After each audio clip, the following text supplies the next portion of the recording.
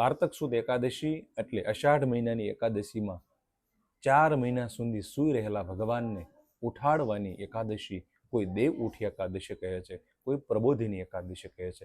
વાસ્તવમાં ભગવાન સૂતા જ નથી, પરંતુ આપણને આપણી જવાબદારીનું ભાન થાય એટલા માટે આપણા ઋષિ મુનિઓએ લક્ષણાત્મક રીતે ભગવાનને સુવાડી દીધા છે.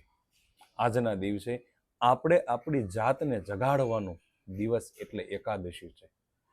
આજના દિવસે ભગવાન રામના કાર્યને વિસરી ગયેલા સુગ્રીવને લક્ષ્મણે જગાડ્યા હતા.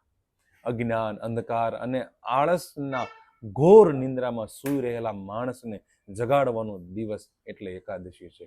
આપણા પગ ચાલે છે પણ ક્યાંય પહોંચતા નથી. પગ ચાલે તો એને પ્રવાસ કહેવાય, પરંતુ દિલ ચાલે તો એને યાત્રા કહેવાય. એટલું જ નહીં, આપણા ભગવાનના મંદિરમાં જઈએ અને આંખ જોઈએ તો દ્રશ્ય કહેવાય, અને જો હૃદય માણે તો દર્શન